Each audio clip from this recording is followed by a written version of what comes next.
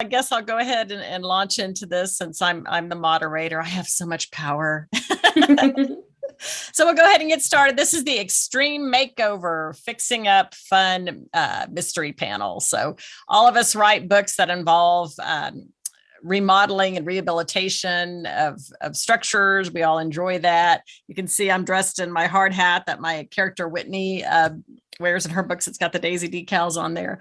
So I want to start off by just thanking Katie Kelly for everything she's done to put this event together. I know it's a ton of work to do all this. So yay, the fans are roaring. Thanks so much. And, normally we'd all be in Suffolk together doing this. It's fun that people can be here from Switzerland and all over to attend. So that's great. But if you do get a chance to go to Suffolk sometime, or maybe next year, if this gets to be live, do take that chance because it's a beautiful town, beautiful city. The Dismal Swamp, they talked about that in one of the earlier panels. I've actually stopped at that on my way back from the Mystery Authors Festival, and it was really intriguing. So it's a cool place to see. So, but we'll go ahead and get started with some introductions. Lynn, do you want to start? We'll go in alphabetical order. Uh-oh, we're not hearing you, or I'm not.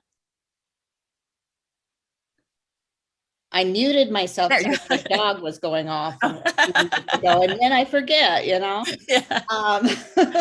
I'm Lynn Cahoon. I am the author of several different mystery series. The Kat Latimer mystery series, which has a remodel type theme to it because she got the old Victorian. I'm author of the Kitchen Witch mystery series, where she's remodeling a old schoolhouse and turning it into a catering slash cooking school.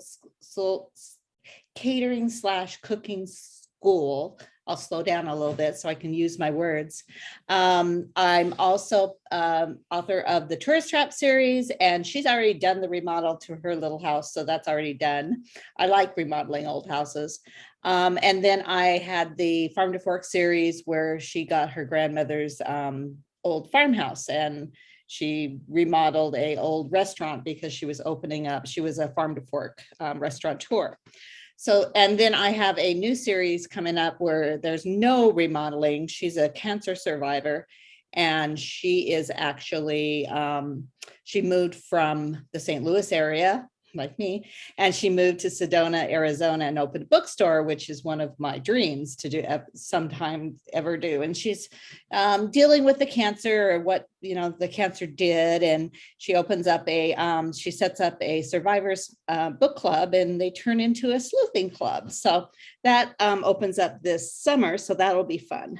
And that's I love that concept. Yeah, that's the survivors book club series is what it's called. So yeah, look forward to that. It's Tuesday night Survivors Club, and it's just really fun. As fun as you can be around cancer. So the tool that I would say the remodeling tool is, I'm pretty much a hammer. I'm a very direct person. Today is a celebration day for me. It is my first day as a real full-time author, because I just retired from my day job yesterday. So a lot of the people, when they were giving me praise and all that kind of stuff, when you're having your little party, said, I used to be intimidated by her, but then now I realize she's just direct. And it's like, yep, that's me. So as a tool, I would be a hammer, because I'm going to be going, let's tear down that wall. Well, I love that. And congrats on your retirement. That must feel wonderful to be able to focus full time now on your writing and get more books out there. Almost full time. My husband exploded his kneecap, let's just say that. And so he's in not a cast anymore. It's actually a brace thing, but he's going to be laid up for a few months. So I'm kind of a half CNA, half full-time author. So. Well, I hope he recovers quickly and as painlessly as possible. And Sedona, what a cool setting for your stories. I've been there, I think 3 times now, and it's so beautiful. It's such a spiritual place. That's a good place, I think, for a survivor story. Yeah, and that's what I wanted to work on. I mean, my main character, she's not so much into the spiritual part, but her best friend is, and that's why she moved there. And so her best friend has the crystal shop, and so she is learning all of these type of things, and so it's an exploration for her. So that's pretty cool.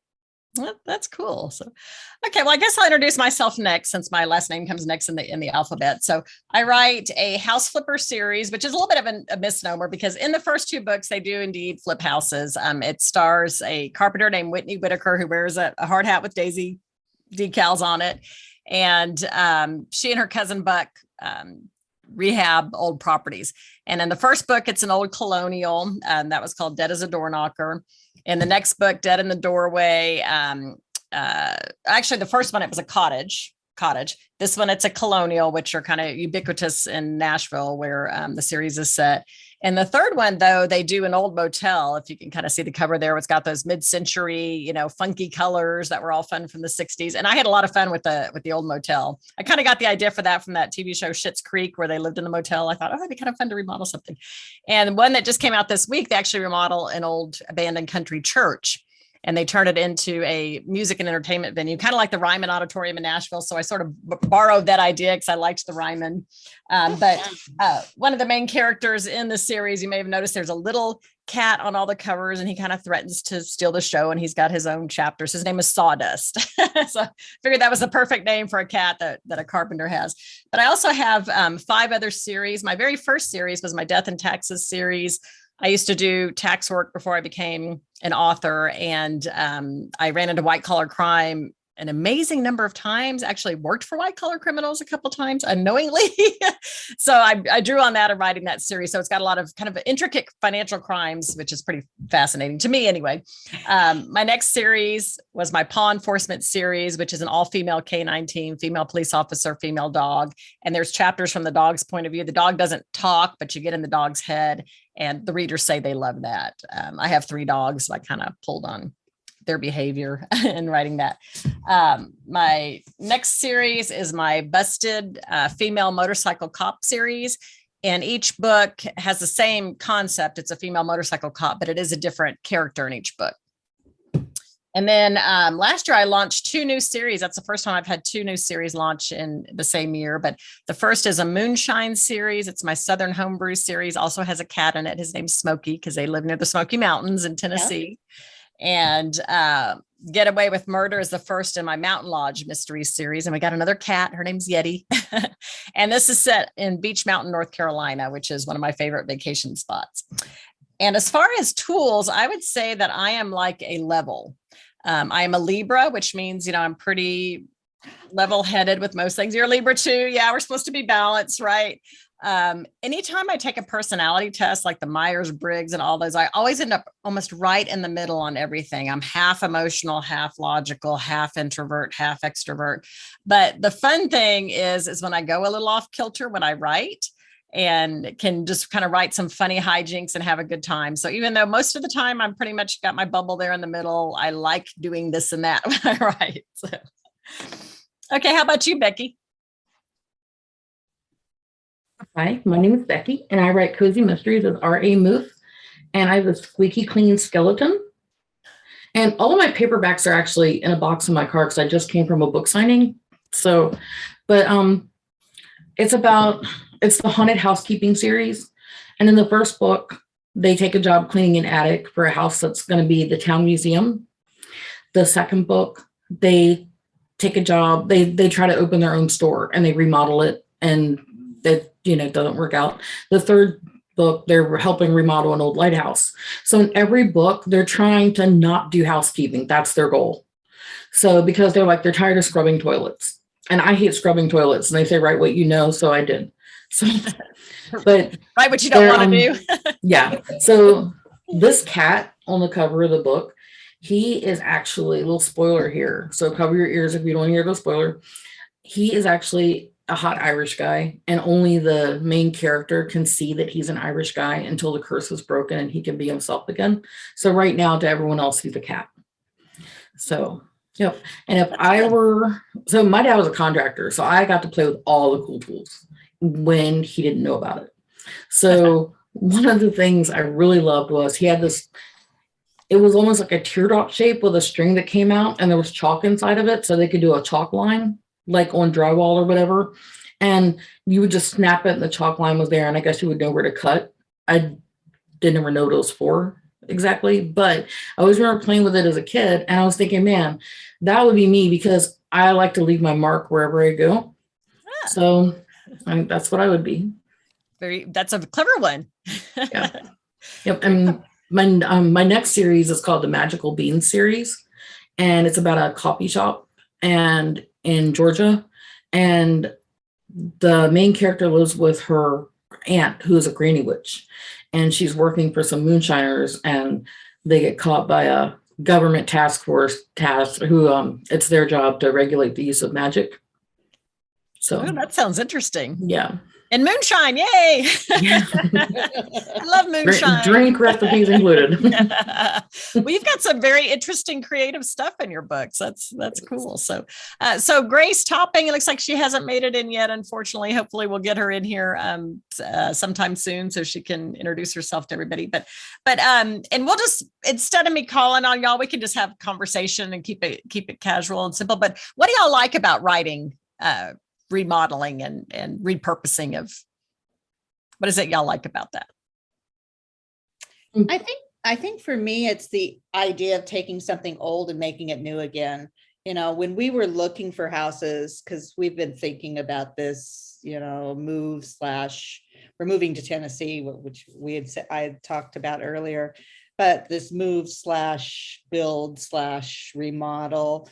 I'd always find these really old farmhouses that were ready to be torn down. I mean, just old and decrepit, and none of the wood is good in them, and they have to be torn down. But it's like, that one, we could buy that one, and we could do that. And my husband's going, no, Lynn. So we did a new build for our new house, but I just love the fact of taking something old and turning it new. When I was growing up, there was an old church in the country there in Idaho, and someone took it and turned it into a beautiful little house. And I thought, what a great idea to take something that has that kind of history, that has that kind of people in it, and turn it into something that's good for today. Of course, you always have to deal with the ghosts that are around, and in Kitchen Witch, that's the issue with the old school. Is it used to be a school to teach witches how to be witches, a kind of a boarding school and that type of thing, and all the witches would come to learn their craft there. But there's also a lot of little ghosts that hang around there, and so that's the other side of doing some remodeling, is you have to deal with whatever comes into the house. Past coming into the present. The past coming into the present, literally. How about you, Becky? What drew you to writing about this kind of stuff? So when my husband and I were first married, we were very young and we knew everything. So we bought a fixer-upper in in August, and it didn't have heat, needed the plumbing redone. We're like, what do we need heat for? It's summertime. We'll take care of that later. And in the middle of February next year, we did. So it was like 22 degrees in the house. Like, maybe we should get the heat fixed. So we it was a little cabin renovated into a 1-bedroom house, and we had to renovate it into a 3-bedroom house when we had kids. And when we'd been in the house for 2 weeks, we found out we were expecting. So we just sold that house in 2020. We'd been there 20 some odd years. And when we sold it, of course, we were able to sell it for more than we paid for it. But we really, the idea of fixing something up was definitely more fun than actually trying to do it ourselves. As it is. Yeah. A lot of times ideas are more fun than actuality. Oh, yeah. And I would tell my dad, I'm like, I've got this idea to do this and this. And he's like, you need to hit the lottery, child. Because he's like, do you know how expensive your ideas are? So, yeah. But our house, our new house, we made sure that we bought it as is, but it was very, very well kept up as is. It needed pretty much our dream home. We lucked out. So we're very glad that there's no renovating that needs done here. Yay, that's great. I see Grace's name has popped up. Grace, can you hear us? I can hear you. Can you hear me? Yes, we can hear you. We don't see you, but we can hear you. Do you want to introduce yourself and tell everybody about your books? You mean I did my hair for nothing? I'm sure it looks fabulous. We can sense its fabulosity.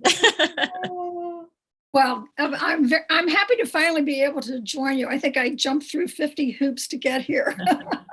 Anyway, I'm Grace Topping. I'm the author of the Laura Bishop Mystery Series. Laura is a home stager, and she doesn't renovate homes. Instead, she goes in and tries to make them look the very best they can in order to sell quickly and for more money. So that's basically, and she stumbles on a body occasionally, but I'm going to say it's not always in the homes that she stages. I mean, you just couldn't have a series that every time she went in to stage a home, the homeowner was dead. So, You might start suspecting her, right? yeah. So, what is it that brought you to write about? You've kind of got a different angle on the fixer-upper, the making something pretty so that it'll sell. But what led you to writing about that? Actually, I became a writer because I went to Malice Domestic with a friend. She didn't want to go alone, so she twisted my arm to go, and everyone seemed like they were having so much fun. I thought, oh, I want to be a part of this. And I was a writer editor by day, and I thought, maybe I can do this. So when I retired, I had told everyone I was going to write a murder mystery when I retired. And then it became so embarrassing because I hadn't. I thought I better get on the stick and do this. um, but I got the idea for the series, and I have to say, it took me so long. I'm talking 12 years ago, because I started watching HGTV and the home staging shows. And I started helping I found I had a natural talent for it. And so I started helping friends stage their homes. So it was a no-brainer when I started looking around at writing a cozy mystery and realized that I didn't have a great talent for baking or dog walking or being a librarian or having an ice cream shop or whatever. What can I write about that hadn't been done dozens of times already? And I thought, home staging. And so I started from there. It sounds like such a natural segue for you, or natural direction to go in. For me, it was a little less intentional, at least initially. I knew I wanted to write about Nashville. I lived there at the time and absolutely loved the city. And so at first I actually pitched another female police officer book, kind of like my Paw Enforcement series. But my publisher said, we think that's too similar. If you're writing two female cops, we want something different. So a friend of mine named Paula just happened to be in town visiting, and we went out to dinner, and I said, okay, I need to come up with a new concept, and I want to set it in Nashville. And they also told me too, they didn't necessarily want it to revolve around the music industry. So I thought, what's another big thing with Nashville? And she said, well, Nashville's booming and there's all kinds of home renovation going on. The instant she said that, I was like, oh yeah. Cause if I was on, going through the TV and I saw Chip and Joanna Gaines on there, those Property Brothers, I'd stop and see what they're doing. And I always thought that was so interesting. And anytime we'd had stuff done to our house, I always kind of thought it was fun to watch the guys work and see how they do what they do and what the process is and all that. So I have my friend Paula to thank for, giving me the initial idea. And then I ran with it after that and have had a lot of fun since. And Lynn kind of touched on something too about the history of the structures, the houses and the other buildings that they rehab. And I love thinking that, what have the walls seen? What has occurred in these places over the years? If only the walls could talk. And I also think it's interesting kind of in real life when you go into an older place and you see the old technology, old stoves, old, dumb waiters that go up and down, things like that. I love, I've been to the Biltmore about a zillion times in North Carolina now. I love seeing, their old swimming pool that they actually would drain because they didn't use chlorine back then. I found all that, fascinating. So that's kind of how I got into it. So, okay. So are all of y'all DIY type people? And have you ever put a real do-it-yourself experience in your books?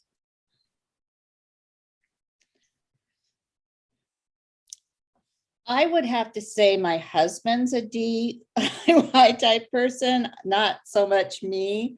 We did the kitchen together, and I got to see the hammer again. I got to hammer out all of the old cabinets and tear them off, and that was really fun. But it's a lot of work. So I don't like doing it so much, and he doesn't like finishing things. So it's like 90% of it's done, and then it's like, you're not done yet. Oh, I'm close. I'm close. You know, Well, he's like a real contractor then. he's like a real contractor. He has history in that. Yeah, he doesn't like finishing things. So that's one of the reasons we decided to go with a new build instead of remodeling something. But I like the idea of do it yourself. I just don't like the work that's behind it. And honestly, I have to write books. I mean, I'm busy. I'm really, really busy. And I used to be really, really busy with a job too. So You're busy building stories. and busy building stories. Yeah. What about Grace and Becky? Are y'all DIY types?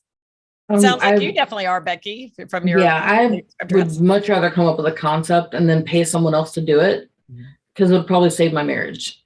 So yeah, our old house had tons of unfinished projects, like half finished projects. And the people who were building it or who bought it, they were planning on renovating to make it an Airbnb, because it's like a few miles from the Appalachian Trail and the Shenandoah River. And so it's just a perfect location for that.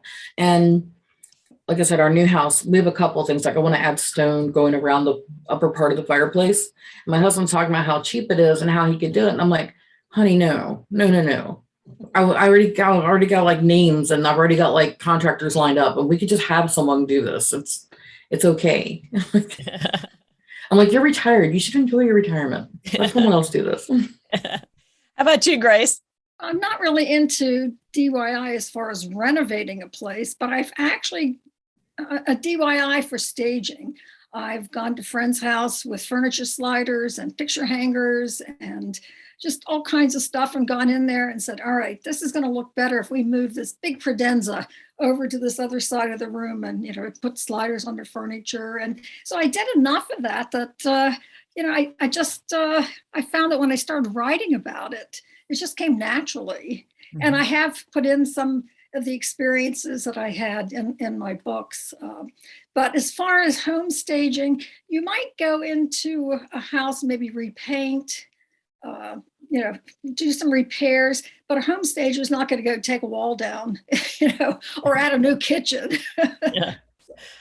But it is amazing how just moving furniture around, putting it in a different, arrangement can open a room up or separate spaces out, or, just make things feel more organized or look better, or yeah. Exactly. And sometimes you need a different set of eyes. I've gone in and helped friends, even those who weren't moving. They just wanted a different look or just couldn't get a room right. And I would say, well, why did you put the bed on that wall? And they said, well, that's where the movers put it. I didn't even think about it. And I said, well, that's not the wall you would really pick. So we slide it around, put it on. She said, I can't believe what a difference this makes. Yeah. She said, I've had the bed there, didn't even think about it, and what an improvement it is. So just by having a different set of eyes really helps. Mm-hmm. So I'm curious, Grace, are you good at visual art also? Because it sounds like you've got interior design. Draw a square box. No, I'm a word person, but I think we all know what we like in our homes, and I take that back. Some people don't really. But I can look at something and say, this just isn't right. Let's play with this a little bit and come up with something different. So yeah. I don't know. I don't know where I got the knack for it, but it's come in handy. Yeah. For me, I tend to be risk averse. So even though there's a bunch of things I would like to do, I'm afraid to start them and screw them up and waste a lot of money and time.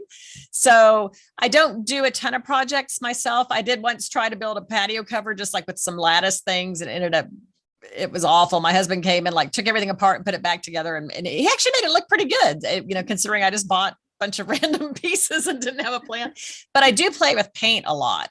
And I'm not afraid of paint, because you can always paint over paint. So that doesn't scare me. And we did a really cute game room when our kids still lived at home years ago, where we took, I'd seen it, in a magazine or something, where you take a sponge and you make fake bricks. So we had fake bricks, and we let all their friends use paint pens and write all over the wall and do graffiti. So it was the the coolest game room ever. And we were the coolest parents, for letting them write on the walls. But of course we had to get it painted over before we could sell the house, but it was fun. So yeah, I think I'm better about dreaming up ideas than I am actually executing them. So, somebody's asked about the fire extinguisher behind me. This is a vacation home we bought, and it used to be a rental. So that was probably some requirement that they had, and we just never moved it. So it's here in case the place catches fire, which I recently had a log on top of the wood stove and I didn't realize how hot it got and it started smoking. So I could burn this place down. So it's probably good that that's back there. I think one of the interesting things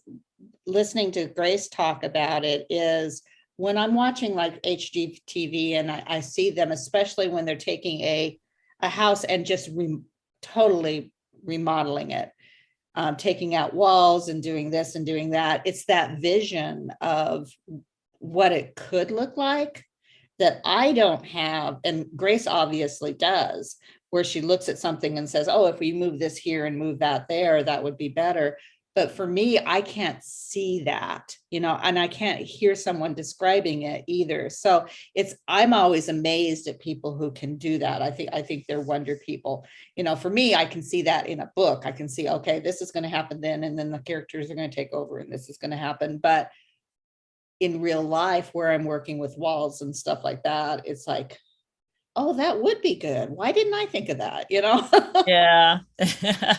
Well, we've got a couple good comments. Paint covers a multitude of sins. That's true. You can cover up a lot with paint, and it can just change so much how something looks so quickly. And somebody else says when they watch HGTV, they wish that they could get their projects done in an hour and a half too. So, and Judy, I saw your comment. If you get on my website, there's a contact page. You can contact me about that book and I'll get it to you. So, okay. What steps have you taken to make sure the information about the renovations in your book is accurate? What kind of research do you do? Well, my book has talking animals and, a hot Irish guy who's cursed to be a cat. So I can get by with some leeway there. And I find that the less detail I put in, the more the reader adds in their mind. So it's accurate for them, depending on how much they know. So that helps me a lot. I was talking about some of those windows and my husband's like, why are you being so specific? Just tell them at the window. And I was like, oh, good point, honey. Thank you. Saves some time, doesn't it? Yeah. I've learned a little bit of that too. Yeah. I've watched a lot of YouTube videos too on how to do things. And I subscribe to This Old House, which has given me some ideas for the books, and also Handyman magazine, which has given me some ideas. But I watched about 2 hours on YouTube on how to put up drywall. It was fascinating. Yeah, like watching paint dry. Yeah.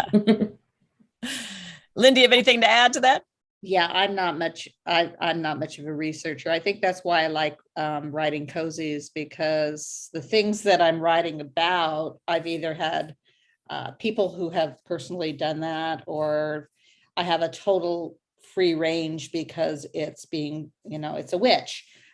Which apparently I don't have total free range. So I'm doing some Wiccan type discussions because my publisher put in the blurb that one of the people was a warlock, and I got several comments that a warlock was a bad thing and it was actually just a male witch. So it's things like that that I'm digging into and researching, is those type of things. Now with the cancer books, I'm being very careful to, think about the medical technology and the medical changes, because it's been 14 years since I've had cancer and since I've gone through, the breast cancer treatment. But a lot of the same stuff, a lot of the feelings are the same.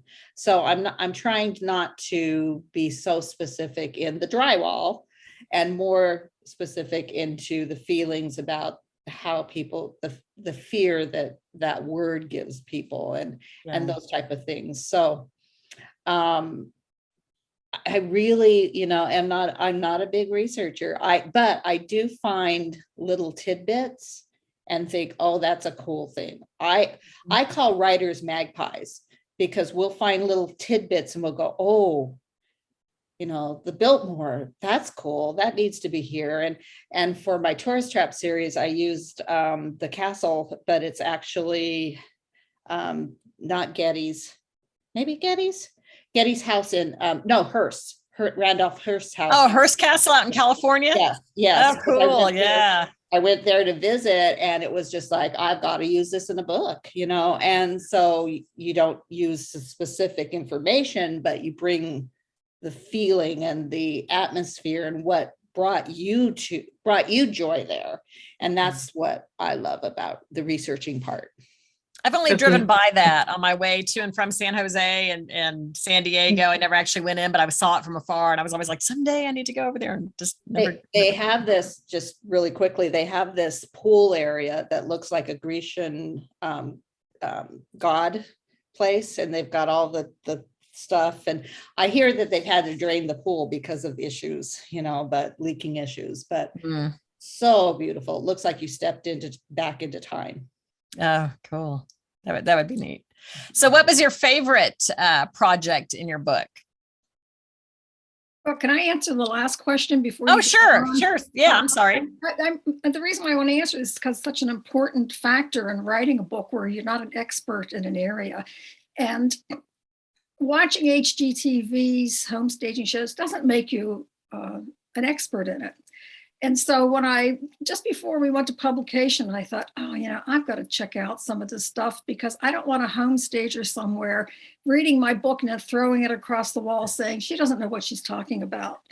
So I joined some Facebook groups of home stagers, and then I contacted organizations that train and certify home stagers, so they can actually say I'm a certified trained home stager. Oh, I didn't know there was such a thing. Well, there are lots of them. And the one I contacted it's called Staging Studios down in San Antonio, Texas. They came back to me and they were thrilled that there was going to be a mystery series that showed what home stagers do, because they said it's a concept a lot of people don't understand. So they offered to read my manuscript and give me feedback, which is a big thing. And they came back and gave me a few tips and said, you got it right. And then I felt so much more comfortable, going out, especially since every chapter I start with a home staging tip. And you don't want to be giving tips to people when, you've got it all wrong. So anyway. Well, that's great. So we can learn how to decorate our homes by reading your books, how to best arrange things and all that. So, okay. So what was y'all's favorite project in your books? And mine is the lighthouse. I have a thing for lighthouses. And just when they went in and they saw that it was pretty much a time capsule from the mid-50s. And, there's a newspaper there talking about the monster of Blueberry Bay, or, and how is the monster real? What is it? And so they have to find that out, in addition to finding a mummified corpse in the basement. But just, there was a scene where there's some kind of a critter that scurries out a broken window, and they're like, it's no, it's not a ghost, it's just a critter. And I had a family member who had a critter crawl into their kitchen from there was something under the sink that was open, and the critter crawled into their kitchen. And so so I think that might have been inspired by that. But it's just the lighthouse scenes, definitely. Anything, it's the third book in my haunted housekeeping series, but anything with a lighthouse. Yeah, lighthouses are just intriguing because they're usually kind of isolated, and then always, of course, usually on a rocky bluff, or right on the edge of the ocean, and then a lot of beach towns get deserted in the winter, so there's kind of a sense of eeriness and isolation with that. So yeah, that's neat. How about you, Grace and Lynn? One of my favorite ones actually was in my first book, and Laura is hired to stage for sale a 19th century 3-story limestone mansion that was based on an actual place from my hometown in Pennsylvania. And so that was a lot of fun. The fact that, I could give tips about what they were going to do, and then later on having it become a bed and breakfast, which then I feature in my subsequent books. So I think that was my favorite. For me, I think it's the old school in the Kitchen Witch series, because it grows. It seems like it's a 3-story building. I know that, but it just keeps growing in my mind, in my head. But one of the things she did originally with it was she made sure that all of the colors were right. And so I did some research. I actually did some research in what colors made you happy or what colors made you hungry, since it's a cooking school. And she also sells things out of the school to deliver to people. So I wanted that to be, someplace where it felt like home. And she redid that kitchen and took out walls, and she's got this beautiful big kitchen that she can cook in. And it's just like, so want that, versus my little galley kitchen that we redid at the house. So.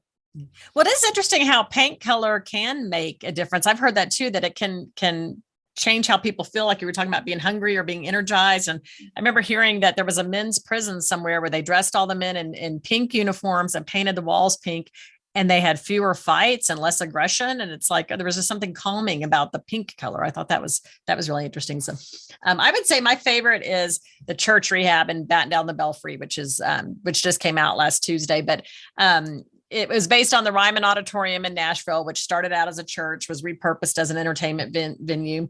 And since this is set in Nashville, I just thought, another place where people can come and sing. And I used to love going to the singer-songwriter shows when I lived there. So I wanted to give, the fictional songwriters and singers another place to perform. My daughter does theater. So I was thinking, theater groups could come here and perform.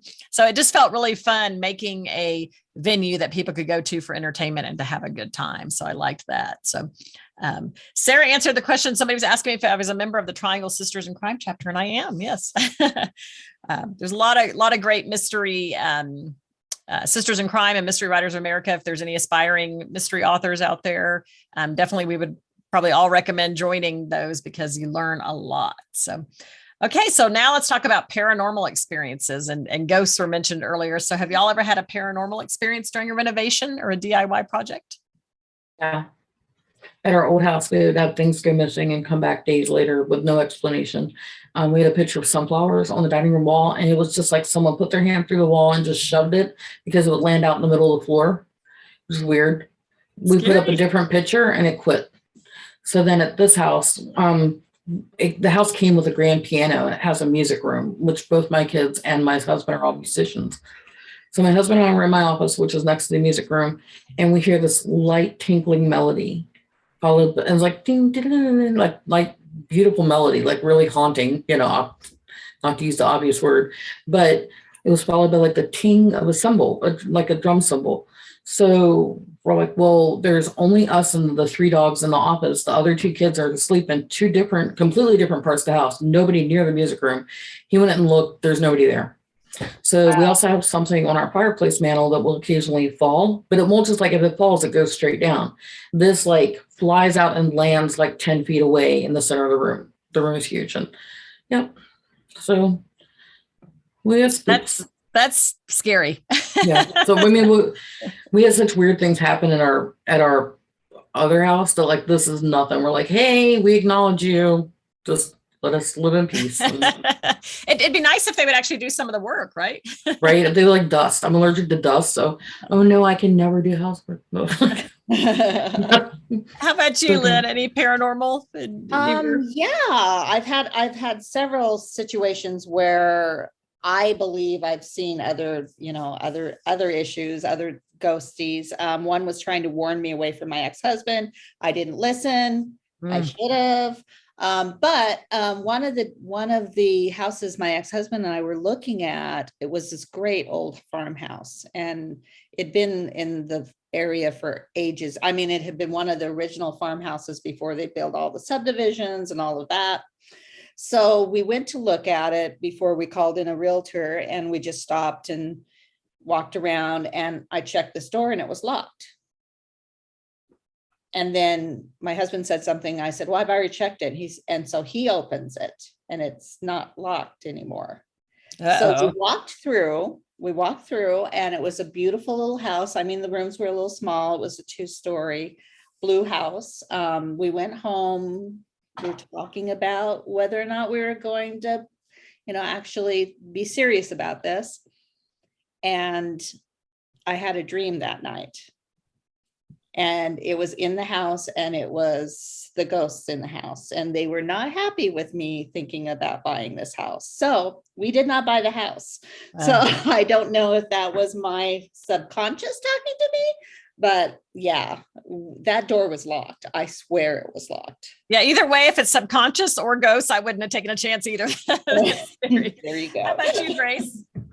Any paranormal experiences? No, I never had. Oh, wait. Well, not in a house, but my husband and I, my husband's from England, and we've gone back to England and had family gatherings and vacations where we've rented a house down in Cornwall and Devon and places.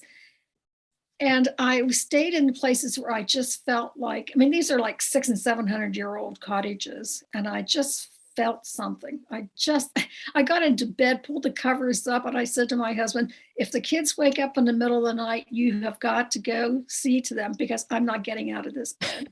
So, they're on their own. yeah, so, I just sense things. I'm sorry. Did you have more to add? No, I was going to say it was just enough sensing them. Yeah. I've never had, in a project I've been doing myself, but we were in, my husband, my son and I, my son was probably about 18 at the time. We went to this town in West Texas called Marfa, and some of you may have be familiar with it. It's known for the Marfa Lights, which are these unexplained lights out on the Texas desert, and they don't know what causes them. And then we were going to go from there to the McDonald Observatory to a star party and see some stuff, up in the sky. But anyway, so we went to eat in Marfa. And we ate at the El Paisano Hotel, which is where Rock Hudson and James Dean and Elizabeth Taylor stayed when they were filming Giant out there. And so that was kind of cool. Well, when we got out of there, we were driving around the town square, and I saw this building, and it was 2 or 3 stories, and it had black iron bars, on it. And my first thought was, I was thinking French Quarter or whatever. And then I noticed there was a for sale sign out front, and I was just about to say something about, oh, look at that house for sale.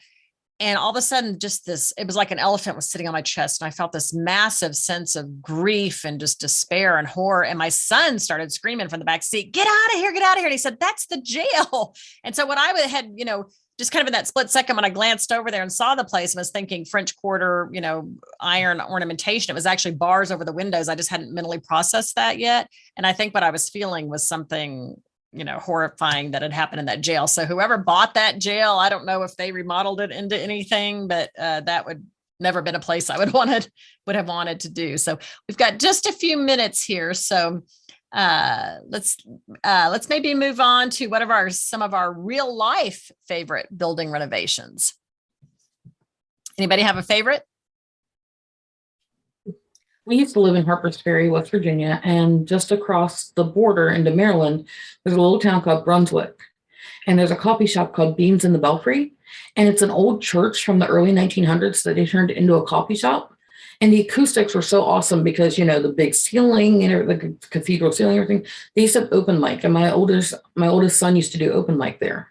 And those are my favorites because the walls are green, the ceiling was purple, like this funky purple color. And it was just, they had instead of tables and chairs, they had couches and dining room tables and chairs that they'd gotten from thrift stores. And they had bookcases full of used books. So it was walking into someone's personal space and just really welcoming. And I really love that renovation. How fun. Well, and that's great that they made use of the acoustics. I mean, that's kind of what I did in my book too, because I was like, well, I hate to, take a place that's got, great sound and turn it into something else. So Grace or Lynn, do you have a real life favorite renovation? I do, if I could, if we have enough time. In my hometown of Altoona, Pennsylvania, the community got together and renovated one of the old theaters that used to be on the Orpheum circuit. And Jack Benny and different entertainers had been there. And it had reached the point where some people wanted to tear it down. And the community got the funding for it, and they renovated it. And it's spectacular. It's one of those old, late 19th century, early 20th century theaters with all of the golden artwork and stuff. So, it's always good to see when the communities are able to save some things that show the history and are now usable because now they put on theater productions and such. So that's my favorite renovation. That's neat. Yeah. And it's nice when everybody can come together over something like that. That's something everyone can agree on is, saving their local history and sometimes a lot of times that can lead to financial rejuvenation in a town too, with something new to do. So how about you, Lynn? Do you have a personal favorite? I do. In my little town before I moved out here in Meridian, Idaho. Let's just say it that way, before I moved to St. Louis. We had this little house that they had turned into a coffee shop, and they had kept all of the furniture and just put bookshelves around. And so you had the little kitchen area where the coffee place was, and then you had the little dining room, and it had a little courtyard, and then it had the living room that had the big sofas, and it was just a perfect place to go and spend a little bit of time and relax and maybe find a book to read. So that's what I used to, in my mind, to it was called the library, which I love the name too, and that's what I used in my mind to set up the coffee shop in the Tourist Trap series, so it has that kind of homey feel. Well, that's nice too. Yeah. Because different spaces. Sometimes people like to sit on a couch with their coffee and kind of chill. Other times they're maybe working in the table space would be good for that. So for me, I would have to say it's the Colonial Inn in my hometown of where I live now, of Hillsborough, North Carolina. And when we first bought our house in Hillsborough, I saw this old inn. It was downtown and just very run down. It was closed. And you could just kind of tell, like, if it didn't get saved soon, it was going to have to be torn down. And, there was rumors that someone had bought it and was going to do something to it, but nothing seemed to be happening. And then, during the first part of COVID, we just never went to that part of town. There was no reason to, because everything was closed. And then, so it was probably a year later before we got down there. And then it was like, oh my gosh, they had done all this work on it. It's beautiful. They've made it into a restaurant and hotel. We've eaten there a couple of times. We've gone to see the rooms, and they've done this great mix of keeping some of the classic elements, yet, the furniture is modern, modern conveniences, but still with that classic, traditional style, colonial style. And it was pretty cool. So we've got just maybe 3 more minutes here. So why don't we each talk about what's next for us? You want to start, Becky? What's next for me is the Magical Beans series, and it takes place in the town of Mockingbird Springs, Georgia. And it's kind of like a little nod to the Munsters, because Mockingbird Lane, and I love the Munsters. So, like I said, I'm the main character. Her aunt is Granny Witch, and she's also an informant for this government agency that regulates the use of magic. And there's some problem with moonshiners using magic to help, make their product better than the competition. So they're trying to take down this moonshine ring, and I blame my husband watching moonshiners. Like I get inspiration from everywhere, like literally everywhere. I love the idea of magical moonshine. That's fun. Yeah. Yeah. How about you, Lynn? What's next for you? I just released this last week the 13th book in Tourist Trap, which is Wedding Bell Blues. So it's out there for fun. This one, Two Wicked Desserts, comes out. Yes? No. Lie. Three Tainted Teas. Three Tainted Teas comes out in April. They're 2 A words. In April, the last week of April. And then in June is my new series, the one I was talking about, where they are, it's a survivors book club, which turns into a sleuthing club. And so you'll get to see different survivors looking for one of their missing members. That's a great premise. You've got a busy year ahead. I have a busy year ahead. Yes. Good thing you retired. What's next for you, Grace? Well, I'm trying to promote the last 2 books that I wrote that both came out during a pandemic. Isn't that great for a new author? So I've the 3rd book in my series, Upstaged by Murder, features Laura, who has been talked into entering competition to become the next TV home staging star. And she expects this to be murder, but she doesn't expect it to have a body. But so anyway, I'm in promoting, and I'm also then starting to look at short stories. and Great. see what I can do with that. Just entered one in an anthology with the Guppies, Sisters in Crime Guppies. And, we'll see if I have a knack for writing short stories. Cool.